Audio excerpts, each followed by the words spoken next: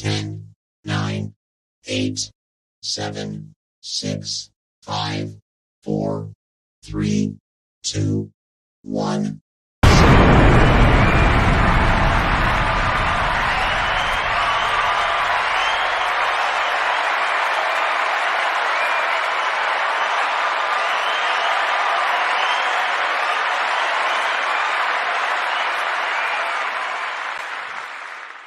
All right, too kind. Welcome back to the Greg Walters Show.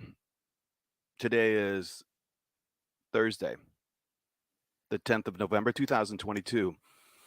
A quick recap. Let's see what's going on. Oh, the elections were over. Well, kind of over. We're still counting them. Typical. We have no idea what's going on. The red wave apparently did not take place, although we won't know until next week probably where the chips fall. But thank goodness it's over. Now we can move forward. Whatever that means, and we'll get into that.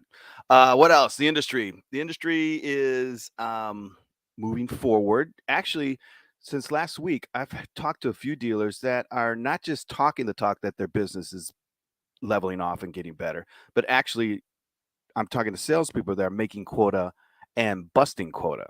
So something, it's either pent up demand or something, but it doesn't sound so doomy and gloomy anymore. Again, between now and the end of the year, we'll see. Inflation kind of ticked. I'm not sure if it ticked down, but it was 7.7 this morning. So that's kind of good news. Employment is, I think, leveling off, or unemployment. So it's kind of a gray area still. We'll see. We'll see between now and the end of the year how things straighten out. Regardless, today I have a super duper guest.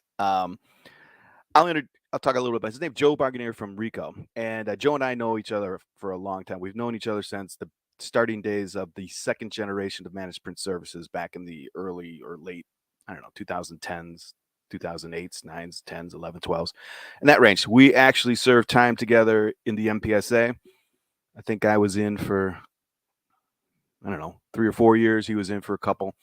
After that, we'll talk about it too. But Joe's a good friend in the industry. He's in the trenches all over the place.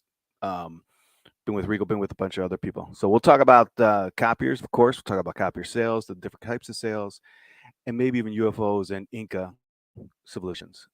So why don't I just bring Joe in real quick here, and we'll get the show going. Joe, you there? Yeah. Good morning, Greg. Hey, Nice how's to it be going, with Joe? you. It's excellent to see you. It's Thursday. It's Thursday after the election, so it's always, it's a good day. Yeah, is it? I mean, it's one of those. Yeah, that's one of those. The hype was so much, right? And then I don't know. I found it anticlimactic, not just because of the results, although the results. I think since at least 2016. I don't know if you knew this or not, but I started in politics. I did not know that, Joe. Really? I was on 3 paid campaign staffs. I did a city council race where I was the campaign manager. I did a lieutenant governor race where I was a district rep, and I did a U.S. Senate race for Jeremiah Denton, the longest held prisoner of war in Vietnam. Did not know that, Joe. That's cool. And then I was his personal assistant for 9 months because we lost.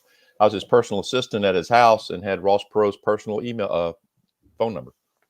Really? Because they were, it was a cool time. But yeah, I've been in the system. I worked hard. I know a lot about how the elections run. One of my colleagues from Alabama is actually Secretary of State here.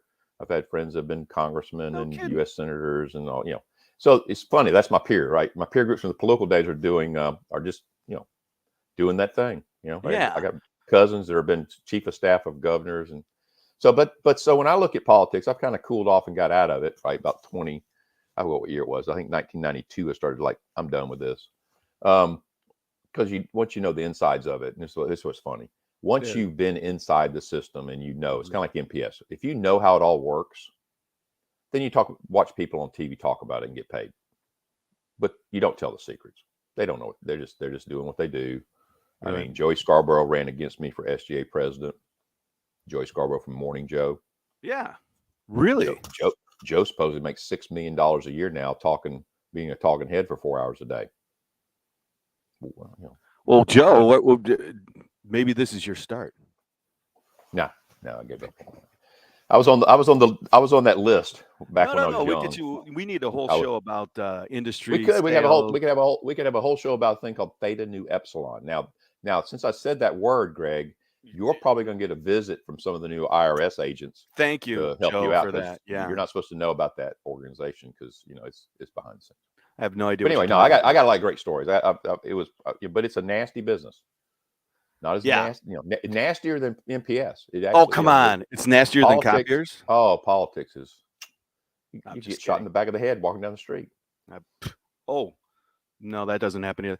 Anyway, so what's new in your world when it comes to selling copiers, Joe? Because you're down south, right? I'm in the South region. Yeah, I've been. I spent I spent 25 years of my career. So I came out of grad school, got a job in the industry, and in 1994 I moved north. So I literally spent the last 25 years up till recently in Indiana, Ohio, living there and traveling the entire country. All right. So my perspective on most everything was in those formative years of what's going on in Indiana, Ohio, Right. Midwest, and the national.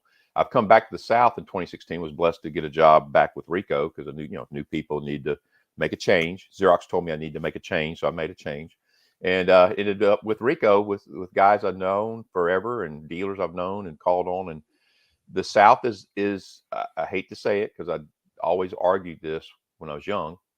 The South was always said to be behind everybody else, and I was like, can't be, can't be, especially with the internet in 2000. It can't be. Well, I get back after 25 years, and I'm talking to people. They're all good people. Everybody's working hard. Everybody's doing their thing, right? The South is behind what's been happening in Indiana, Ohio, for example, in Michigan, for the last 20 years. We're 10 years behind.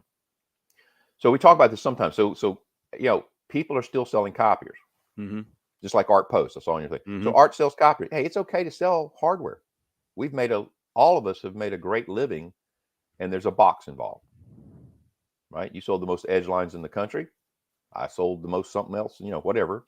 Tell no one. We sold hardware. We got paid, man. So they're still making good margins. I've seen organizations making 50-point gross profit still. Well, that's on okay. the box. Yeah. Now, so I don't know. A couple of months ago, I wrote a little article for the Imaging Channel about how sales really is different from region to region. Because the old days, right? If you can sell, it's the same anywhere. And I was told that when I went from Detroit, Flint, to L.A., Ontario, California. And as a salesperson, we were selling corporate identity programs, aka uniform systems. And everyone in the organization says, no, it's the same thing. Sales is sales. It's going to be the same as Flint, Michigan, as it is in Anaheim, California. Same thing. It's not. It wasn't. I thought I was crazy because everyone said it was. Well, it isn't. All right. From Michigan to California, Well, it's a whole other thing. Yeah, I would tell you, Greg, what to kind of qualify that is what you learn as a sales professional to do is the same. When you get into different marketplaces, what obviously happens is if in a given marketplace, the sales professionals in a given category all decide to do one thing or the other, right? They're playing the game and they decide whether they're going to launch new technology or not. They decide if they're going to go at each other or not, or they're going to change the business or not. And if they all decide to kind of stay 10 years behind, then that marketplace sells different because they're not selling the new thing because they've decided we're not going to sell that yet. My clients don't need the internet yet. My clients don't need digital fax yet. My client, that's disruptive. My people like to make copies. They don't know how to print. So then that's true marketplace by marketplace, that how businesses or organizations adapt or adopt new technology is different based on the providers in that marketplace. Well, Joe, I don't know, because I think it's the other way around. I think it's demand driven. I think that you swerved in. You said your customers, your dealers' customers, don't need a faxer or whatever. Right. I don't know. Yeah, right. I mean, yeah. So I'm not going to sell them something that they don't need, which is kind of different in our industry. I mean, everyone needed a copier. Everyone needed a 11 by 17 copy. Yeah. Right, because the bigger is the better. Right. I mean, so we drove that, and to be fair, it was everyone bought it. It was no big deal.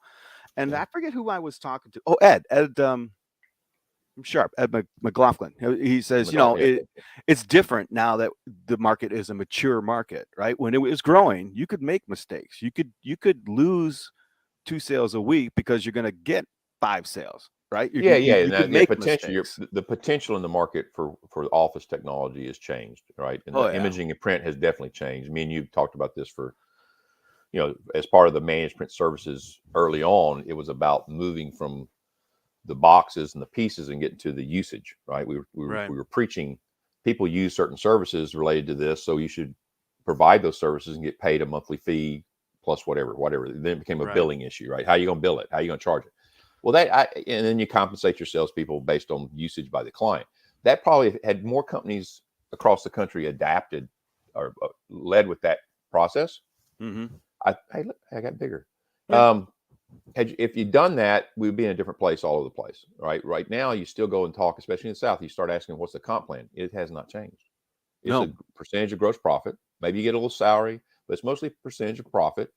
And not that maybe the service programs, they give you a little upfront kicker if you hit you sell the service maintenance program or MPS at a certain rate, you get a bump for the first year, whatever, but no ongoing annuity like we talked about, like insurance agents. Remember that? We're like going, Oh, yeah. man, if you want to take care of a client, pay your sales professionals, your consultants, to be paid on the client's usage forever.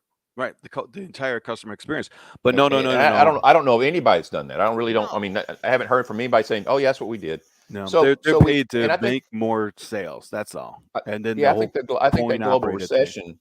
I think the global recession had an impact on that, because I know in Ohio with MT Business, where I was building the program, that's when we were engaged a lot.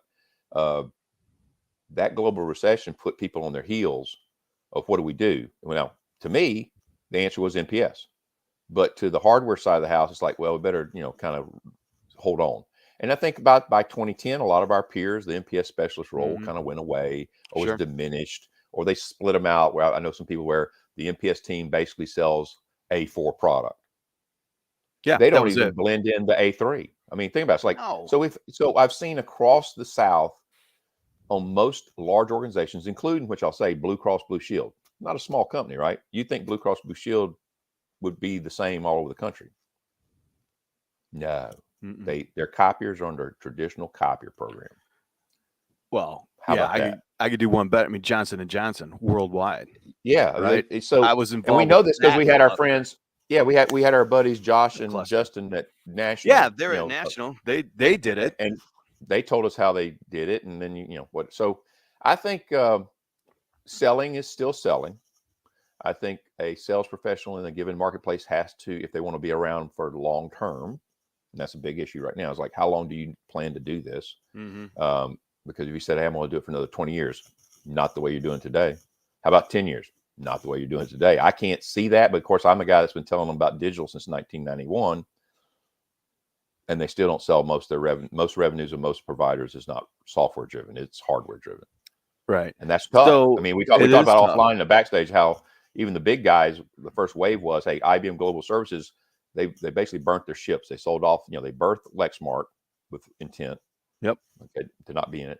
They sold. Rico purchased their Yeah. production gear. We bought the info center. We bought that off them. They got out of it. Now they still use all those things, but they don't focus on it. So more about They don't build them consulting and anymore. They don't. services. Yeah. Yeah. So I So mean, that's a good. It's still center driven, and that's why I think our demise is usually our strengths. And yeah, Rico, you just Canon, they're really good at making and building copiers, right? So they make when things well. are, Let me when the throw supply that. chain is Let me fine, they make yeah. it, and that's what they're going to Let me sell. throw the Rico commercial in, because I do work for Rico, but obviously I'm still I'm serving as the vice president of PSA. I still talk to a lot of people that I've met over the years due to just being who I am, networking and stuff, and that's been going on since 2000 something, right? So, but as a Rico employee, uh, it's nice to be at Rico, because Rico is one of those core companies in the world that creates technology for the future. I'll just put it that way, because they had cameras before the war, before the first war, the Second World War. Started as a camera company. Don't talk about it much. But after that, they came out and we patented fax technology. That was Rico. So Rico said, and we patented fax technology. We put out the first digital camera that could put Wi-Fi, send the pictures Wi-Fi. That was in 2000. 22 years ago, we were Wi-Fi pics from a digital camera. So Ricoh will build what they believe the future looks like, or what they believe the future needs. All right. Well, And that's what what do Ricoh's they doing. think the future? Well, what is that? What are they building? Well, I'd have to refer you to the corporate investor relations site, because they tell you, this is the other cool thing, Greg. If you go to the Ricoh global site, Stop with no, your listen. lie. You go to the Ricoh global site and you go to investor relations. What?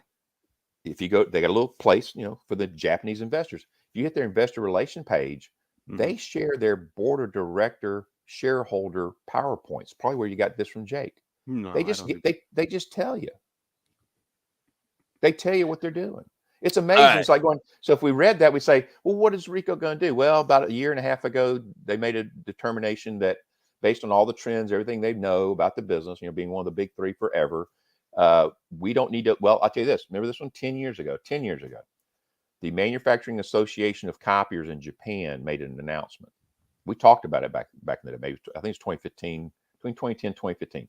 The Japanese Manufacturing Association made an announcement that no more research dollars would go into the monochrome marking engine. Oh, yeah. I do remember that. I remember that. Signs on the wall, brother. There's no money from anybody out of Japan being invested in how are we going to put that mark on the piece of paper.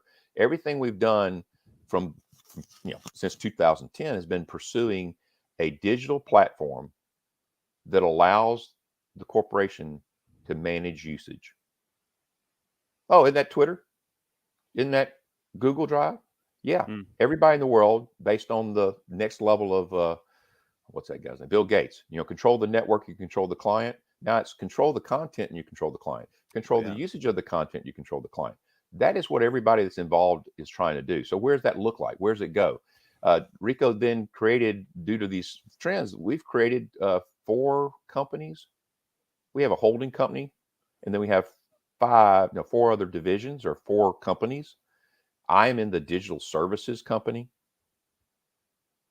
So Ricoh Digital Services maintains the legacy business that we all know so well, and any other things that go under the title of digital services. Now, Greg, that's pretty broad, right? So now Japan and worldwide, we've got to roll out things that said, well, if I'm doing digital services, I'm obviously in digital format. Docuware was an acquisition that says that helps us get to content document management, right? So that scanner is nothing more than and we heard this, God, we beat this to death. Is it an on-ramp, Joe? The on-ramp, man. It's an on-ramp and an off-ramp. Okay. If you pull out the iceberg, I'm going to shut you off. No, I don't have the iceberg anymore. That's overused. But so what I'm saying is that I am confident, not because I'm a Ricoh employee, but I've been around them enough, right? It's my 3rd tour of duty with Ricoh. So though I know them better than any of the other manufacturers, they will build a future. 10 years from now, we're going to be having, we will have in the U.S. Ricoh produced services and products, edge devices they call them right now, but some type of physical thing. Okay, just think of it this way: Ricoh will have brought to market in the United States and globally physical assets that are tied to digital usage. Period. Whatever that could be. It's going to be in the healthcare. We have a healthcare division. We're going to help. We're currently helping medical facilities print mock-ups of the bones or the joints, whatever they need to do better surgery. Well, you put the right type of protein molecule in that same device, it's now flesh. So I get all that. I'd put money by the time you die, before you die, you're going to have parts and pieces of humans being printed. Oh, easy. Yeah, that's skin, epidermis, maybe a finger. Hip replacements are going to be replaced with bone and not tungsten. No complex organs, but the things that can be made with protein molecules, they're already doing it, and Ricoh may be part of that. Okay, robotics. I'll throw this out there. I tease with people about it, but I just got an email from Florida that Baptist medical system, Baptist hospitals. I think everybody has a few of those. They're using robots, AI robots, in the hospital today to deliver pharmacies and medical equipment between floors. That's today. So if you don't believe that in 10 years there'll be robotics, artificial intelligent robotics, facilitating and helping in all areas of life, anything that's repetitive and humans don't want to do anymore. I mean, maybe serving McDonald's, retail No. grocery stores. So Rico's got a piece in that too, Well, right? Rico's okay. gonna have a piece in that. So what is? I mean, if I wanted to be bring it back to the dealer. So what's in it for their Yeah. dealer? What's in it for a Well, that's reseller? well. That's Let me. Well, here's the question. So in the think about next 3 this. to 5 years. If I went back to 1970, dealers weren't selling fax machines because they were too expensive. Right. Ultimately, they took hold of that technology. Anything that needed, basically this. There will always be tinkerers. So if you watch enough sci-fi movies, there'll always be tinkerers in the world. Any movie you'll watch in the future, you will always have people that can fix things that are physical, repair things that are physical. If it's a board in this digital world, there's an article like, hey, in this wonderful digital world, guess what? There's cables under the oceans that are transmitting all the information. It's not satellite. The majority of transmission of digital content in the world is through big cables running under the oceans. Still, Right. I was shocked. It's supposed to be in the satellites. No. Right. So we're like, so who's going to fix the cable when the mega shark bites it, or Ooh, the bomb Megalodon. goes off? Megalodon shows up and bites the cable. But so there's always going to be tinkerers, and if there's a robot or a physical thing in a business, there's going to be a tinkerer. The question is, how much money can I make doing it? There's still people servicing typewriters, Greg. You just can't make a living doing the typewriter service. I think the last typewriter service firm closed. No, but individual copier dealers still do them. Well, yeah, as a hobby. But you can't make a living. So see, that's come through its phase of product life cycle. So yeah. So where's that product life cycle? I would bet my money on robotics. Yeah, if you start deploying fleets of 150-pound robots in a marketplace, who's going to go out there and service that robot to keep it working? Who's going to do that when the firmware board can't work? Who's going to do the firmware update? Well, there won't be when the board firmware updates. It'll be we can really go, but I'm more or less trying to figure out if I'm a Rico dealer today, right? You got a long way. You got a long what am I going way to go before tell me about before that. output is totally dead. There's a long way to go. Now there's a lot of talk about that now, Joe, because I pushed it too. Those. I said the cliff. You've seen me write the article about how it's gone down, and we've got hard data that shows that. You got some good data from BEI or Nexar or whatever, quote unquote. Yep. But and their production over the last 20 years has been following. There's a but though here. There's still printing. There will always be a market. There'll always be a market. It just will be at some point less people on all through the whole cycle. Less manufacturers, that's inevitable. Less providers. Yeah. And so the people that are getting the growth right now, this, the first way you get growth in a declining market is you put the other guys out of business. Either buy them or force them out because you're doing a better job. So you can grow. People are growing right now. I know one dealer that grew during the pandemic. While everybody else is saying, that's not unusual. What was me? Doors shut. I'm like, this dude went up 15% year over year during the pandemic. So it really depends on who the person you're talking to and what they're doing. You talked about Art hit his quota. I think he might have missed it once or twice during the monthly. Yeah. But he still got the club during in New Jersey, where they locked down don't forget what most of us most all the organizations did adjust their expectations a little bit during those times too. But the bottom line is page volume is declining. It's been declining since 1991. Right. I used to track. I remember a presentation I was in. It was like page volume is declining in the U.S. at 3% year over year. Okay. Right. And then I had to wake up and say, yeah, and at 3% year over year, it's the math thing. You never get to zero. Right. Because if 3% less of 1,000 is still there, and then next year 3%, you never get to zero mathematically. So what's happening? Well, that was the trend. Then we had the global recession that took a big chunk out. People had to reassess. We saw a 30% drop back then. That adjusted a lot of people. And then we just gone through the pandemic, which had another 30-40% hit on the market. We had not gotten back to those numbers of 2008 before the pandemic hit.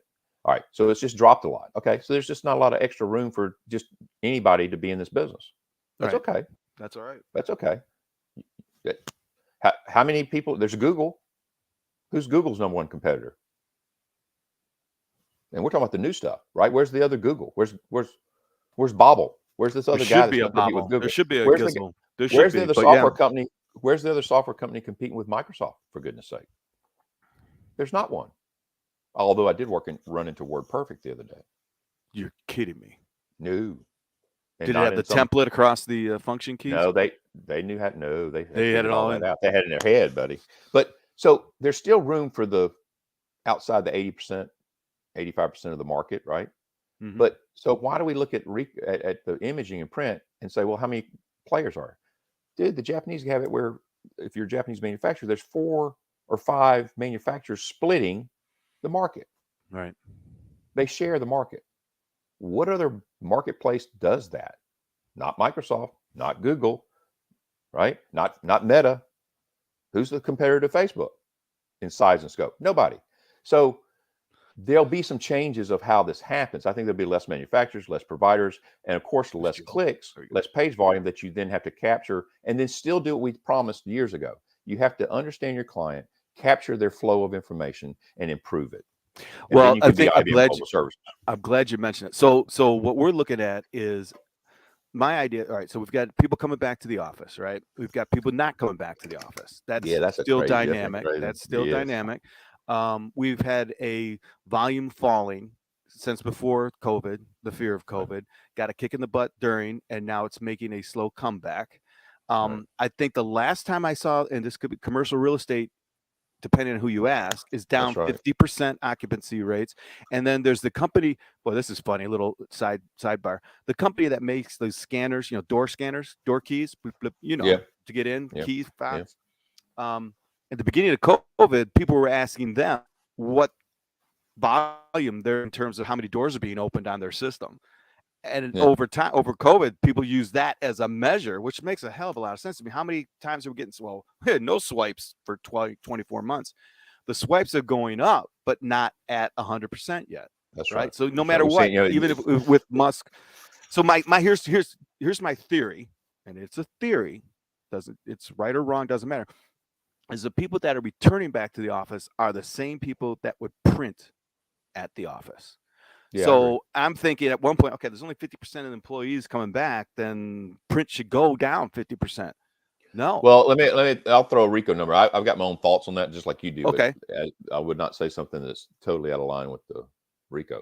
And I can't give you exactly what they're saying, but I think it's on that investor relations site and public knowledge from all the manufacturers that the manufacturers believe the world will get back to about 80% of what it was. Right. Well, Xerox said that. Yeah, Xerox so does they all are. They all are. Yeah. All the manufacturers saying, hey, we're doing all our planning. Now, all they're doing with that is say, what do I build? Okay. Well, this is core. The toner is the king, right? Everybody should understand putting the mark on the paper is where the money is. Always has been, but we don't talk about it, right? But that's where the money is. We used to have jokes about how much that ink costs. Well, have you ever run the math on how much that toner costs? No, we don't do that because we're selling against the ink, right? It's all expensive compared to not printing. Right. You told that, right? What's the lowest cost of printing? Don't print. The one you don't print. All right. But if the market's going to come back to 80% of whatever, that's just the business modeling for the manufacturers to determine how much longer will we get profit to plow into other things. That's what we're doing. I got this business we're all in the imaging, and I'll say for the imaging and printing industry people that might see this. We make our money off the usage of the device. Well, we always have. But since 1991, when I got in this business, yes, we got paid on the hardware, but it was the people using it, and the gross profit margins back then were obnoxious. As an MBA student, we're looking at my first $100 million dealership I worked for, looking at the program where they're building the math, right? Here's the dealer cost of toner. Here's what we're going to charge per click. Here's the coverage. They had no concept because you didn't need to. Right. You did not need to run the math because you weren't going to worry about it. You're making 50 to 100% profit. So why would you worry about the cost of all these details? Well, that's changed. Okay. Yeah. So, but if I know where my profit's coming from for the next 5 years, well, yeah. I didn't know how much. I can then know how fast I have to do the other things I'm going to do. Again, Rico's got 4 companies. One of them is about imaging and print. It's under digital services. The other 3, I don't even think about because when they defined it, one of them is actually all the new stuff in a fancy word. It's like this division's job is to build the future of digital. That's their job. So, man, what are they going to come out with? I really do believe it's, and it's not a RICO statement, but it's from everything I've seen all my life. I think last year, my guys that are on my Tuesday morning call would know this. It just hit me. the robots are here. And they're not going to be the movies, but it's getting close. So I imagine you're going to see Rico branded robots throughout B2B. We're already servicing Amazon robots. So we've been So learning about you're hip on the robot side, but let's artificial intelligent robots that you can program, you can talk to and send them out. But from time to time, guess what? You're going to need to take that 150-pound entity, the humanoid versions. They'll have to be taken care of. Matter of fact, 2 years ago, one of the job trends that said, what's the jobs of the future? Robot shiner.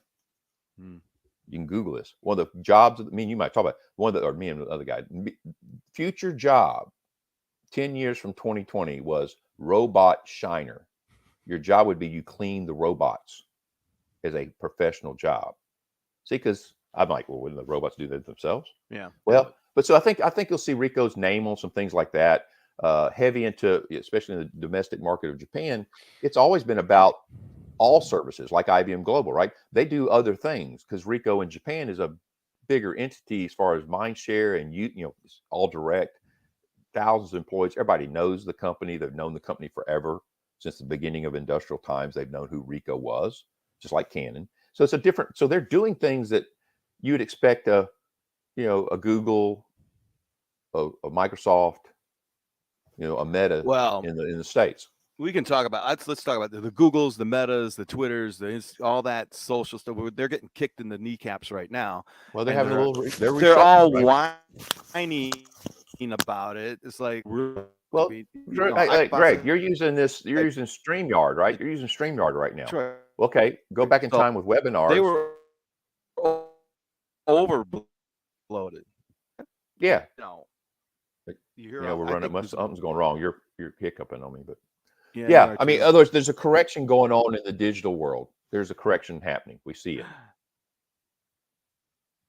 But so Rico's good to go. Someone just said the marketplaces that hang on, Joe. clean your room. I don't. Uh-oh. I don't know about the robots on the floor yet, except for industrial robots and shipping and inventory control robots that I've seen. I mean, Amazon's got those little carts that run around. That's been around forever, though, man. Yeah, I think you got to. I'm hoping Rico does this because it makes sense to me long term that they do that globally with the technology and the resources we have. But when you see the signs of, you can follow people like Kroger, which is Kroger and Albertson are trying to merge. Whatever, Kroger's the largest grocery chain in the country. They happen to be in Cincinnati, so I learned a lot more about them being in Ohio for 8 years or whatever it was. They just opened their 100,000. I think it's 100,000 square foot warehouse that is 100% automated. Robots run the facility. I didn't know that. Now the robots are working to take the product in the warehouse, right, distribution center. They're then going to put it on automated trucks, right? Preferably electric automated driving trucks that then deliver that under ESG, SDG guidelines to the next place, because still groceries are a physical thing. We still eat a physical thing. We haven't figured out the replicators, but they're coming. Right now. Yeah. I mean, you can replicate food today. It's just it's printing it. You have to print the food or grow the food through protein dishes. They've done that. They've done steak. They've done human. They can skin. It started with skin, just like Data on that one movie, right? He's got that little. I forgot about that. Well, yeah, they did it for burn victims in San Diego. Yeah. I remember. All right. Yeah. So, but today, and probably for the next 10 years, 5 to 10 years, you have to get that physical thing close to the humans. Amazon's got it down, right? So they're taking charge of distribution of physical things to people's pods or whatever you call them, houses. The other chains like Kroger are doing it, and the way they're going to do it through total automation. Total automation. Now, that means somebody's servicing all that automation in that warehouse. Somebody's got to service all those trucks. I mean, what electric automated truck versus a diesel truck? What's the difference? I still have to service and maintain the tires. We haven't figured out how to do the jet propulsion, whatever, the levitation of the Star Wars, right? So what I'm saying is we're removing, there's thoughts of this is a great thing. We're going in the next 20 years, society, I don't say this right or wrong, is going to remove the physical human being from the mundane. Well, that so we makes can be sense. enlightened. Right. so So we can all think be about enlightened. this. Right. Well, that's a whole nother. So when I look at technological evolution, right?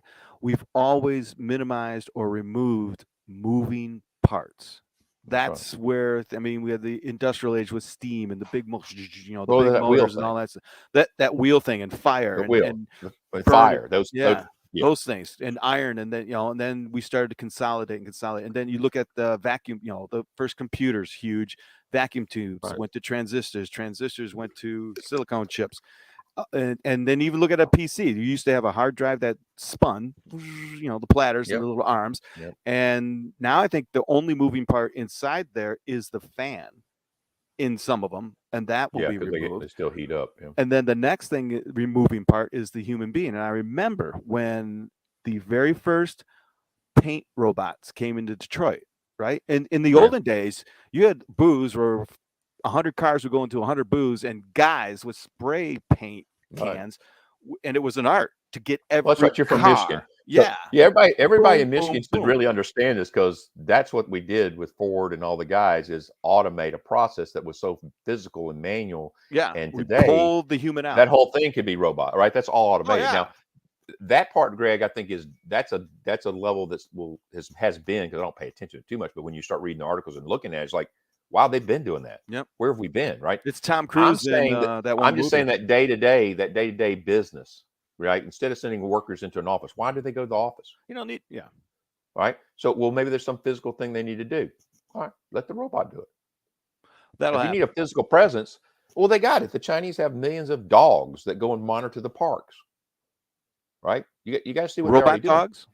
Oh yeah, yeah. Okay. They're programmed. They go out and keep up with surveillance and monitoring and deliveries, and you can put a machine gun on it or carry bombs. That's been done. We're 3 years into that implemented.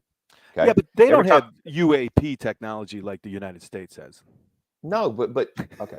So the gig's going to be, the Americans are going to want the thing to be more friendly and humanoid, right?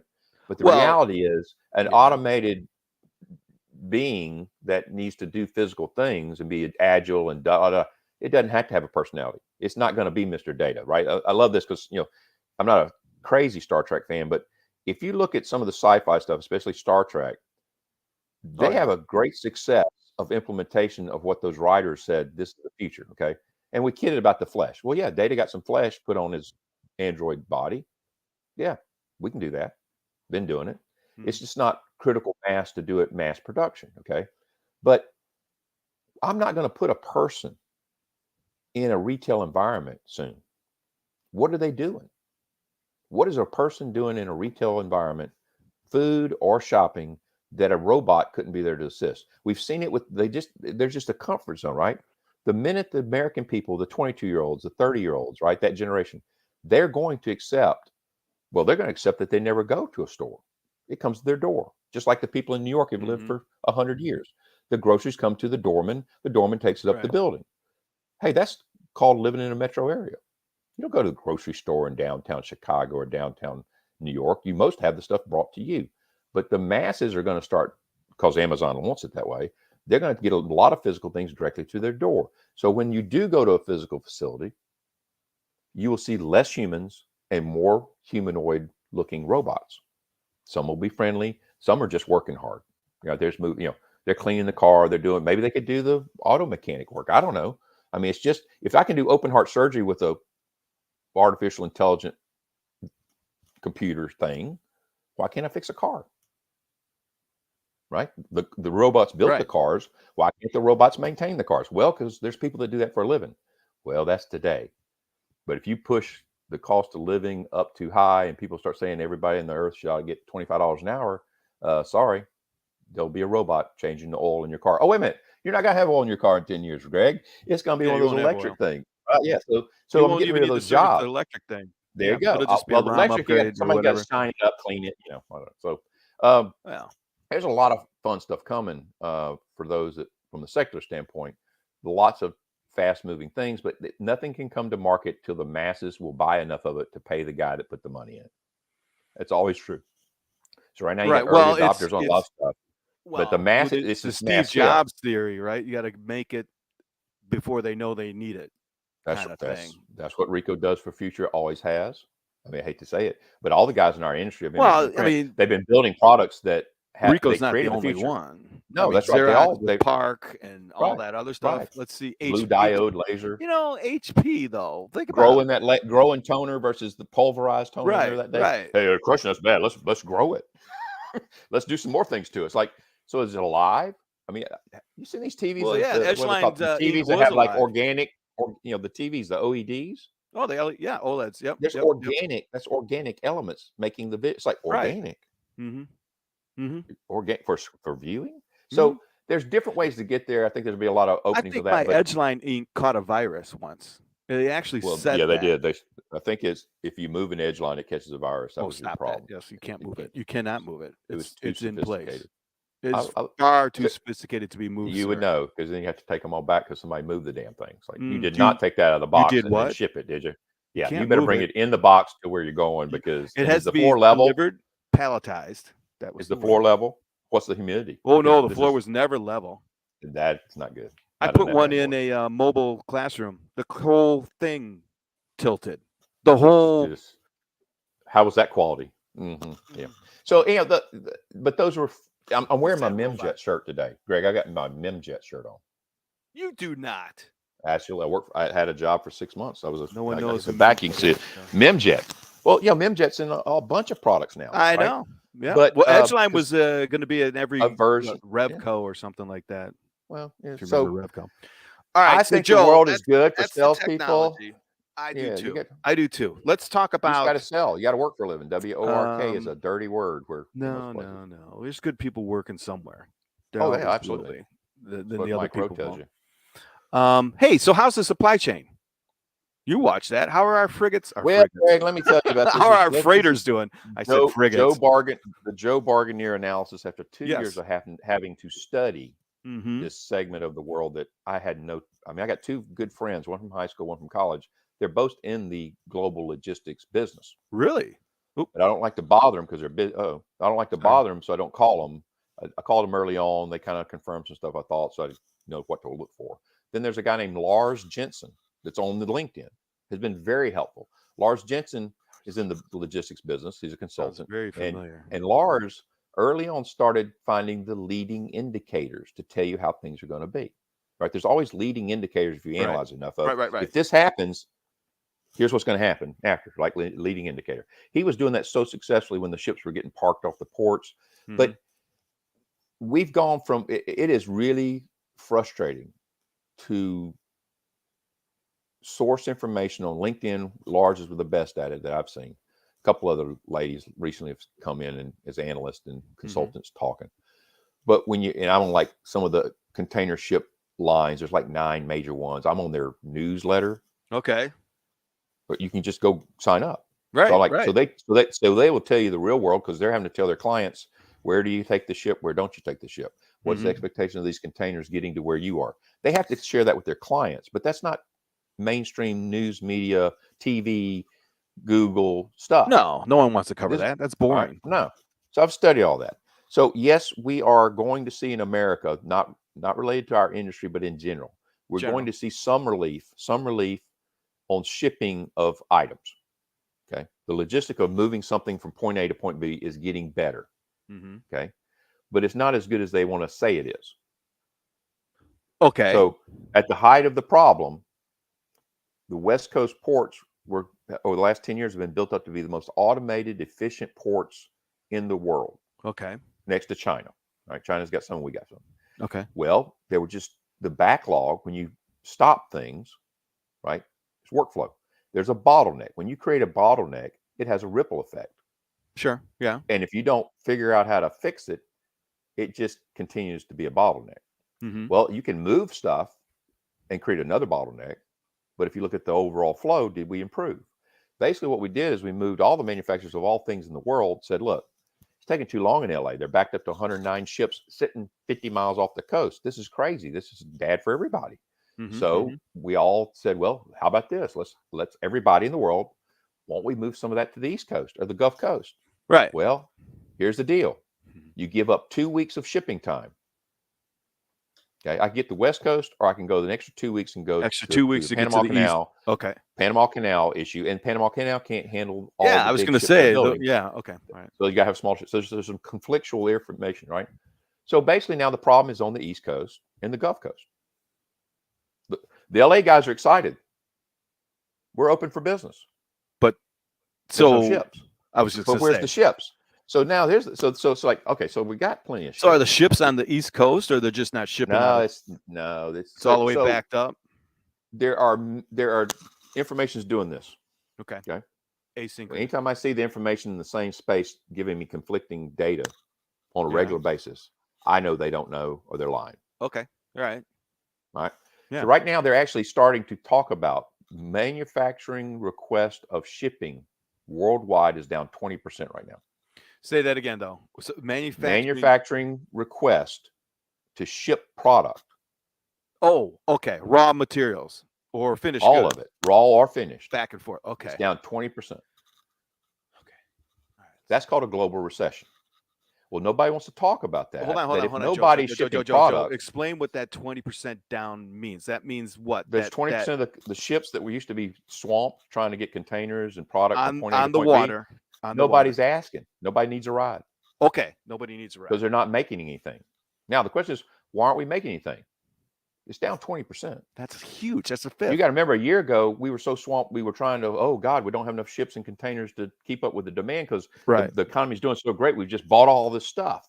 Really? Well, now all of a sudden, we got excess ships to the point that the container ship guys are talking about mothballing ships. I was just going to ask. They're going to dry dock them. Well, yeah, they were doing that prior to the pandemic. So then they're going to start doing that again. Plus, there also is a drive that they are all committed to these environmental friendly mega ships that will go slower than the current ones. They've all committed that by a certain time. They've even made press releases about plowing the profits, the exorbitant profits they made in the last 2 years. They're plowing that into the schedule to bring on the environmentally friendly ships earlier. Which are slower. Years.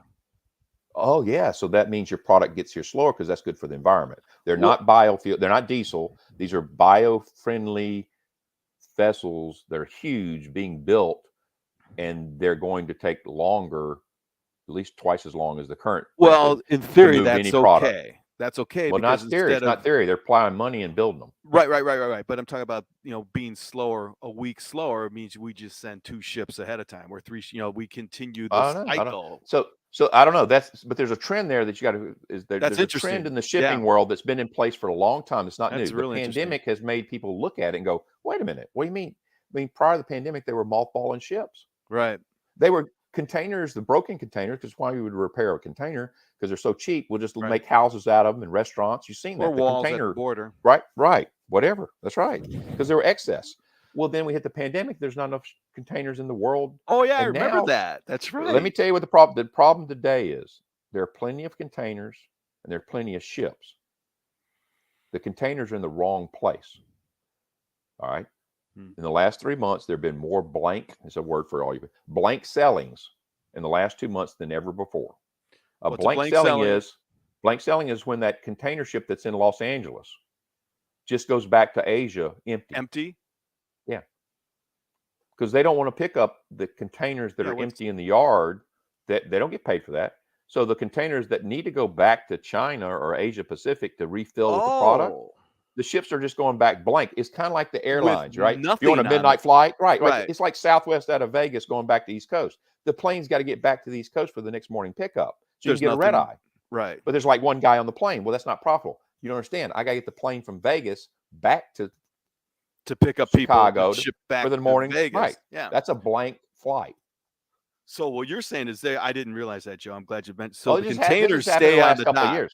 Right. If the container is empty in the yard and doesn't go back where it needs to be, then when somebody ever does order product, there'll be no containers because I'm sorry, they're over there in the United States. Now, Greg, guess who makes all the containers in the world? 80% of them. Yeah, where? They're made in the People's Republic of China. Oh, well, they'll have plenty. Chinese make them. Of course. Well, no, they're not making them. I know. We don't need them. So this reminds me of, let's talk about bourbon real quickly. So bourbon, Yes. American bourbon. Yes. There's more than three, but three things I remember that makes a bourbon a bourbon. A, B, C. Has to be made in America. That means it can be in Kentucky, Tennessee, Oregon, California. B, has to be in barrels that are charred. A charred wood, they're oak. They're oak, and they can only be used once. So that's the trick I Yeah. want to talk about with the containers. All right, and then C is corn has to be at least 51% or above 50%. Is that what makes bourbons corn? Okay, that's 51% bourbon. corn. All right. So back to the only using the barrel once. You would think that is it makes the bourbon better tasting. There's a recipe reason why it's no.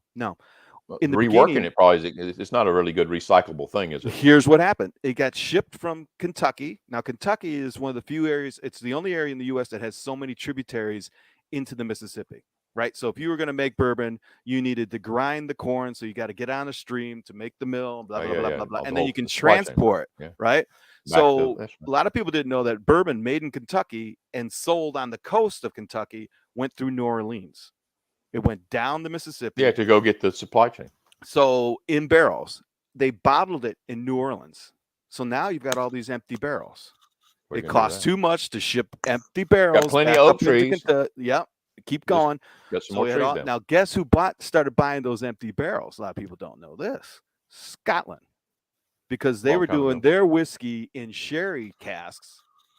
Napoleon had a war. The sherry cask dried up. Some Scotchman somewhere found out, hey, there's a bunch of barrels on the port in New Orleans. Let's bring those. We go over there every 6 months. So let's just pick those up. Yeah. So to this day, many scotches are aged in bourbon barrels, and gives it a different taste because it's Yep. Well, that the good thing is the container. You're not usually drinking anything out of it, so you don't have that. Ooh. Are you saying there are containers full of bourbon somewhere? Oh no. Oh, I'm just saying you can reuse a container till it totally wears out. Container aged bourbon. Think about it. Well, I like the supply chain you have because controlling the supply chain is important now. And when we say supply chain, a lot of us just think, well, I mean, it's from A to Z. Yeah, it's the other thing I realized doing all this research, trying to figure out how in the world am I having a problem, and everybody else is having a problem, including the Winn-Dixie grocery stores, the Kroger grocery stores. Stuff's not on the shelf. What's the problem? Well, it went from being a shipping, physically shipping the product. That was the first wave, right? For the last 6 months, the problem is not the shipping side, right? Matter of fact, I just told you the industry is reporting, hey, September, October, man, 20% less shippings, blank sailings. We're not getting requests to ship stuff. Right. Okay. Then why is there not product flowing? You can't get the raw materials. Oh, it's all the way backed up. Well, because the raw materials primarily come out of Asia Pacific nowadays. Okay.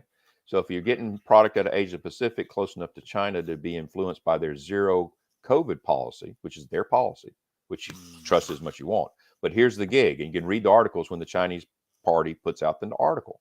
We had 1,000 people test positive because they test their people daily and weekly according to them. Right. 1.7 billion people are getting tested daily. All right, whatever.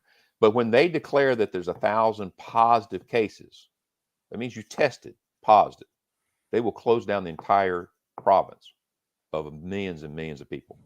So that means the raw materials don't move from wherever they come from. And so they don't get to the manufacturing facility in Vietnam or wherever, Singapore. Right. I don't care where you're being. For the rest of the world, right. If you need stuff out of China and you just lock down the workforce, the population for months, which they're still doing. I think they're over them right now. But 60 days ago, they had 20 to 40 million people locked down in key logistic transport working centers. That bottleneck is now what's caused the problem because there's limited resources to produce anything, Greg. Steel, aluminum, glass, wood pulp. Let's go down this path for just a second. Just a second. We've gone way too long, man. That's right. Going to listen to this long. You wait. This thing's going to go through the roof. No one watches live. They watch. I'm learning that. You and Wes are teaching me a lot about this thing. I got to get into one day. No, we don't know what we're doing. So just. Of course not. That's why we're on the bleeding edge of all this crap. Yes, bleeding for sure. Let's take this. Let's remove politics. No. Let's remove. I love politics. We didn't get that deep into politics. No. Medical. So let's assume if I wanted to go to war with the world and I didn't want to blow the world up, You've been What? to our meetings. You've been to the meeting? Are you listening in on our meetings? No. Nope. Dictionary. We used to call it strategium. Well, W called it strategium. Back in high school, we had called it diplomacy. We had a little board. We had a board game in high school called diplomacy. Risk. Oh, and 6 diplomacy. people, and risk, the easier version. And you and your friends were sitting there and do world domination. You figure out how to do that, right? Yeah. So go ahead. Yeah. So I wanted to dominate the world without killing everybody, deploying aircraft carriers or nuclear bombs or whatever. So I would attack, using that word, other vital arteries of what? Commerce, trade, finance, everything. The monetary system, the supplies. There may be I don't know. Industrial war. I'm not going saying on. that. I'm not saying an economic war. I'm trying to evaluate. You know the biochemical war. The whole Israeli thing, right? If you have 9 guys, you saw it was on that zombie movie. If you got a committee of like 9 people, and everyone agrees to do something, you take one person aside. Well, you disprove what we just passed. You put holes in everything, and then prepare for it. So I'm not saying there is, but I'm saying.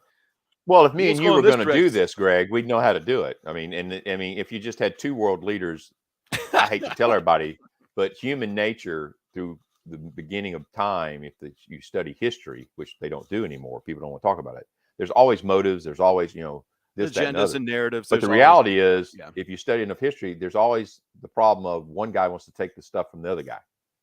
I always do it this way. If you go to any town in America where there's a river or a stream that cannot be crossed without a bridge, you find that a new neighborhood, a new community develops. Mm-hmm. Why?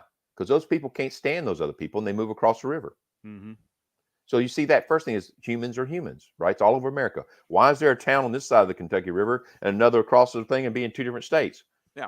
They're just a river apart. Yeah, but that bridge has to be built and they're different. Cincinnati's bad about this, right? There's the north side of the river and the Kentuckys and the Cincinnati. So when you take that in America, New York City and New Jersey, I mean, dude, Long Island and New Jersey. Long Island. And then you get to New Jersey. Which part of New Jersey? See, human nature is about our tribe, or what do you want to call it? People who are willing to live around each other.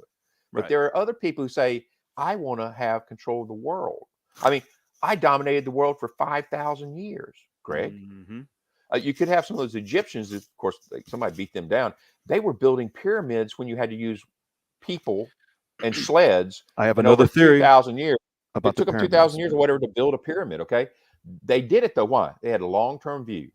And right now in the world, there's only like one country that still exists with a long-term view based on their history of long-term domination of the world.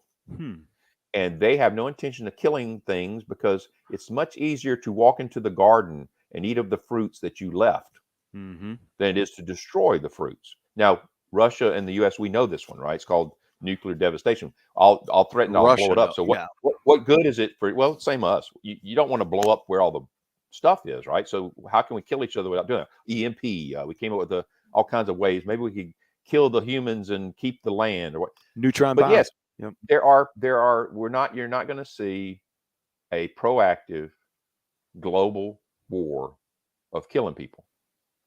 Sometimes it's threatened. Little Kim likes to, not little Kim. Well, Kim Jong wants some attention. He throws bombs around because Putin's doing it now. So I mean, right. But there's only one guy doing it, and I actually on LinkedIn just the other day, Chuck Parr, one of my former bosses, he found an article from a guy that says, here's the majority economic partner in the world in 2000, and here it is in 2020. Oh, really? Oh my God, it's scary. Now, is it factual? It's hard to know nowadays. All right, yeah, that's true. I know one thing. I know one thing, that most all products that the Americans use in the United States has to go through Asia Pacific, and if you go through Asia Pacific, you have to go through China. And we all wanted it. We all wanted that less expensive item that we ran into it like crazy. We all just want it. We got it. We got households full of it. You can't even have a garage sale anymore, Greg. You know why? Because you can buy a brand new one at the store versus the one you had for any amount of time. It's like, so my T-shirts aren't worth $1 anymore? No, dude, I go here and get a $1 T-shirt brand new. Why would I get your old stuff with my name on it? Yeah. So things have changed in our lifetime, and I think it's I think the domination of societies is in place. It's being manipulated to, and I think, me and you would deploy robots first. especially the ones that can monitor everybody. Or I deploy some software so I could facial recognition, voice recognition, everybody in your country. Well, it's like all I, about sensors. like I do in my country. Yes, you do in your country, and But then you have guys to give over a there, social score. Greg, you watch that movie. But Greg, you're not going to be up to sign off that I'm going to do facial recognition and voice recognition and ID your butt. But you will use that cool new app that was a surveillance tool according to one FBI, but then it became okay in 2 months for some reason. So yeah, we're going there, man. Here's talking about conspiracies, right? And this, but conspiracy. Me and you had this plan, man. What are you talking about? Theory, okay, and X-Files stuff, and all this would be crazy. And I'm going to tie this back in, except for the UFOs. Hang on, no. I used to be big on UFOs. Yeah. Well, I mean, all right, a little bit back in the 70s, I read all that stuff. Eric Von Daniken, the guys in Saucer, Pascagoula, Pascagoula, next to Mobile, those Barney, 2 dudes that had a first encounter Fire in the with Sky. It. Yeah. Now, so I mean, all this stuff would be not pie in the sky, but fiction. It'd be off the bat. Yeah, you guys are nuts. You're crazy. You're watching X-Files. That's fine. We're just having fun. Except for today, UFOs are real. And the day they put those things on TV and the fighter pilots are talking about it, that threw 50 years of corporate lying. Well, now, Greg, you need to, Greg, let me go back to the Bill Clinton era when you spin was back in the 90s, right? We spin stories in the 90s to make it fit. We spun them all. UFO along. stands for unidentified flying object. Correct. Yes, that's no longer. So if I can't identify it, is a UFO by definition. It does not mean I don't know what that alien life force. There's an alien life force that's living amongst us, flying these ships. That's true. No, it's not that. I guarantee it's not. Doesn't matter. What it is exposure of technology that others have that they're not telling you about. Well, I'll give you an example. And I can't. Somebody else on this LinkedIn can go find. You go dig it up. But it was at least 10 years ago. One of the high-tech magazines, research magazines, they were just doing their little press releases. They're all excited. Over 10 years ago, China had developed invisibility. fabric. Yeah. Okay. Yep. All right. But they only had a 1 square inch. That's all they could muster 10, 15 years ago. All they could make was like a 1 square inch. But by all technical matters, they were able to build invisibility. So just like old Harry Potter or whoever, or Yoda, you could throw this over anything and it's going to look through and make everything look invisible. Well, you just got to make enough of that to cover up something physical you don't want people to see. Well, it Put doesn't over even Southwest Airlines and it doesn't show up. Right. Yeah. So it does. It could be. Yeah. So we've had that since Iraq. So if you had, let me ask this: so if you had invisibility technology that could cover up a container ship that could hold 200,000 people, you wouldn't know it's there till it shows up. Right. That wouldn't happen. No. That's not why China's building aircraft carriers and troop carriers out the yang. They are, China will outnumber us in aircraft carriers in 10 years. So it is. Why does China need why only Americans should have aircraft carriers, right? Because we like to put our power of influence on top of you. We're a force for good. That's right. We're a force for good, man. You see red, white, and blue up there. But China's going to outnumber us with that. Who says they can't? They ran the world for 5,000 years, for God's sake. They will, but Americans have been here doing this for what, 230 or something like that. Yeah. If you're in New Orleans or if you're in Mobile or Detroit, you got 320 years behind you. Okay, China's got 5,000 plus years of dominance. They made gunpowder. Don't forget that for our fireworks gang. Without gunpowder from China, we couldn't have had all this fun with these firearms all these years. Oh, we wouldn't have had the Revolutionary War. We wouldn't any of it. Yeah. So it's well, here's what I think though. So there has to be every society, every culture, there is a weakness, and it usually comes from within. The greatest weaknesses that bring down civilization. I think they say from Rome or wherever, it's like when you get lazy and stupid, which means you're overprivileged. You don't really have to work for a living because you don't. Have to work for a living. That might be a Western view of it. It's a Western view of it. It's work ethic, right? In Rome, the senators and all the troops, they just got, hey, I'm a Roman. Let them eat bread or whatever. So ask Spartacus about that. Bread. I mean, we got a whole movie series on Spartacus, which reality was he only got so much done because, he was outnumbered. But it showed you get stupid, lazy, overreach, can't support your expansion. My train of thought there was, I agree with that.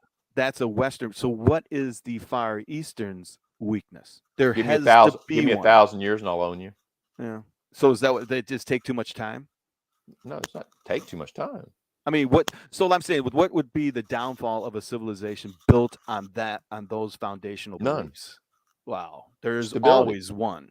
No, There there's has to be, because the- humans are not perfect. So these are human created. well, wait a minute. Now you got to remember ideologies. that in any civilization where the control has been over a longer period of time, there's been Mhm. some brutality to maintain it. Okay. We just got a new king, right? Now, none of us know what that means because, see, Victoria was on the throne since 1950 or whatever. Mhm. Not Victoria. What's her name? Elizabeth. Queen Elizabeth. Elizabeth. So Queen Elizabeth is gone. So now, as they go through the process of explaining to the rest of the world how the British Empire works, which the Commonwealth, Royalty, yes, yeah. the 120 countries they own. Right. What? Yeah, go back, go What? look at the first day she was dying. They start talking about, know. and they're like going, I think it's 110. The British Empire, the Commonwealth, the UK, Britain, whatever they want to call themselves, because they come up with different names, it means different things to them. They own 110 countries in the world. Now they're little countries a lot of times, The Bahamas or the Caribbean, Canada, Australia, parts of I forgot so they about own Australia. the British Empire still owns most of the world. She's on their dollar. They cut a deal with China, the People's Republic of China, and gave up Hong Kong. Why would they do that? Well, to control the fact they still own more than they gave up. Mm-hmm. Bought them some time. Sacrifice a pawn. How many countries do we own? I think we got 6. Guam. Yeah, we got 2 or 3. We got a few. We got the U.S. Virgin Islands. Oh, yeah. We the Virgin Islands, Guam. We own a few. What's but Puerto Britain Rico? Still owns more than anybody else. And nobody talks about it. Now they got a new king. They got to sort this out of what they're going to do with their empire because there's money behind all that. And there's a big guy who says, hey, Britain, for all practical purposes, since I don't know what year it was, 1000 BC, 1000 AD, you guys have been kind of driving the world. It was Britain, right? Oh, yeah. 1000 AD till 1945. Sun never set. Maybe even to now, 2000, right? 1,000-year reign of the British Empire. Maybe. They still own 110. They have more population. They're the second largest population when you count it the right way. Because all those people second add up to China. Yeah. So, wow, they got to figure it. That's going to be interesting to see what they figure out because they've given up a lot of their supply chain, a lot of their power, right? Their military, they've lowered some costs, but they secretly or quietly just maintain their wealth and dominance. That's going to shift. China's probably saying, hey, it's our time. And we got a plan that's 10 plus years longer than yours to peacefully take control of everything. Peacefully, in terms of non-bullets and explosions. No, I don't need to do that. Now, occupying forces will be seen as, hey, a bunch of people just moved to the United States. Oh, we're seeing that on the border in a different way, right? South America. There's a lot of interest. Several million people a year are moving to the United States. Why can't China move? What holds the rest of the world from moving here? Wherever you want to move, right? What's his name? Zuckerberg in 2010 on the front page of the USA Today, because I read it when I was in a hotel doing a tech conference, made the statement to his user group in 2010 that I do not believe there should be borders or countries. I remember that. They should all be Facebook users. I mean, he has stated multiple times that he wants every human being to be going through Meta. That's his personal goal. It is. That's not going to happen. I don't know. He's still a kid in the dorm room, as far as I'm concerned. Yeah, he's got a lot of money, but he backed into it. And this whole Meta thing. Yeah. Well, the virtual thing, I don't know. Second Life. I don't want to live in the virtual world, dude. I mean, virtual meetings like this are bad enough. I mean, all these are like doing little TV shows. Well, this is fine. Like, and the generations in a virtual after world making money. No, it's like they don't want to do that. The fringe, fringe of that generation. What was that movie? What's the movie? Oh God, pick a movie. Well, the one, but the most animated 3-hour movie with the foreign planet, where the evil Americans are mining the planet. The way you engaged was you went into an Avatar. Avatar. So virtual meta world is Avatar, right? Well, that's the same as Surrogate or these other movies where it's like we're just going to sit in a pod. Well, actually, a closer analogy would be the Matrix, because in Avatar you did interface with another physical realm. Stop. Stop, in Greg. That's a movie. Matrix. There's 4 of them, but that's just a movie. I Okay, know. so Just let me I know ask you it's this: fiction. That's fine. if you Red go Bull. Google today to a AI computer, which there's a lot of them out there, what's the most detrimental thing on the planet for the planet? Oh, well, it depends who you ask. If you ask AI, it'll Does crunch all AI the numbers. say AI is? Well, you just go ask the computer. Google it, because AI is running behind the scenes. If you ask an artificial intelligent being, what's the most detrimental thing to the planet based on all research they can access on the Oh, it's internet? us. It's people. Yeah. Well, Welcome to that's the the Matrix. theme from Isn't that the Adolescent. Matrix? No, it's from Whopper. Do you want to play a game? It's from Adolescence P1. That's been around for a long time. The That's right. But it's Terminator. true. But it's true. Well, it is and it isn't. It We're a virus. depends. We're a virus to the planet, really, right? But from a secular standpoint, you can say that. Hey, what do? We destroy stuff. We mold consume to our benefit. And yes, so does an alligator. Yeah, but to his benefit, we proactively. I agree. I'm not arguing. I know you I'm just agree. saying. I know. So if I ask the intelligence of the computers and the smart brains we're building that can talk and think, and say, "Hey, I want you to run this program for us. All right, solve the problem." Well, it's called the Matrix. Yeah. So here's the big difference. But not for me and you, AI. not me and you. We're too old. They won't put us in the tube. Yeah, This is the newbies. It's the new babies. They've all been inoculated into the system already, so they're doomed. Well, I didn't mean it that way. I meant indoctrinated, not inoculated. That was Greg Walters that made that statement. No, it wasn't. It was an accident. I He meant said something about- indoctrinated, as in He said talk something to. about Not getting a. Well, what? A jab? Don't be jabbing me. no. Don't. I've got a scar from the one they gave me as a baby, and it was very helpful. I think I did. That was polio, right? I think. What was the 3 one? The 3. All of us got measles. They don't we even all do got that the measles anymore. shot. Was it No, measles? they got something better. Yeah, the one that made a scar on your shoulder. Yeah, they don't have a scar anymore, which was No, they really got better just another stuff. implant. It's better stuff. So what was it? Oh no, artificial intelligence. Yeah. And I had a great conversation about this and where it is right now. Here's the difference, Joe. Not the difference. Here's artificial intelligence is still an on or off choice. It's bits. Yes. Digital, on or off, on or off, on or off. There's no gray. There's no. It's digital. They haven't figured out that brain path thing. That's well, right. that's analog. We, us humans, are analog beasts. And even we live a world in a metaphoric way because we only see the world through our eyes that interpret the environment, blah, blah, blah, blah, blah, blah, blah, blah. All right. Yeah. So artificial intelligence will not get to that level because if we look at it now, it's learning. No. AI will not be equal to human. I believe until they get analog computing, which is coming, which is at the quantum level. You get an analog computing system at a quantum level, and then you got to replace all the mechanics, the metal, the fiber, all that stuff. We mentioned OEDs. Well, like, how do you make that stuff flow? Well, you're going to grow fluid, electro. You're going to grow it. You're going to create it. Yeah.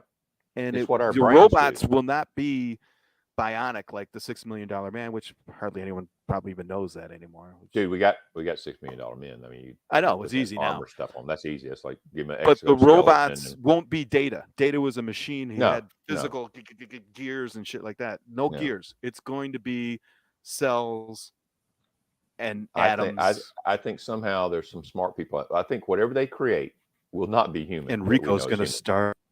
No, Rico's not going to make those kind of robots. I'm more into the physical kind that have limited knowledge. I think I can upload tasks. I can give them to think about, hey, figure out the room, change if a change occurs, scan it and figure out how to adjust. Right? So that's beyond the programmed robot. I have a robot that can actually make some adjustments, which they got this all, I can make him run across the yard. He can deal with the robots from Lost change in Space, in his environment. Forbidden Planet. Yeah. But you're not going to put him you're not going to put him. He's going to look like a humanoid, but he's not going to be like running free outside because it'd be too much data to process. And he's away from his power source too. I mean, just like a battery car, how far can he go? Joe, you need to get your $175 $50,000 robot gets lost. That ain't the good. Antenna are going to be propellers that as he walks through the air, they spin and generate. Iron Man. I saw a show. Some Iron Man. They got guys saying the Iron Man suit is close. Yeah. Oh, it is close. But I don't want to see everything Iron Man flying around. But those UFOs, you called them UFOs. I call them somebody else has got a cool thing going on. He don't want you to know about it, and you saw one. Sorry.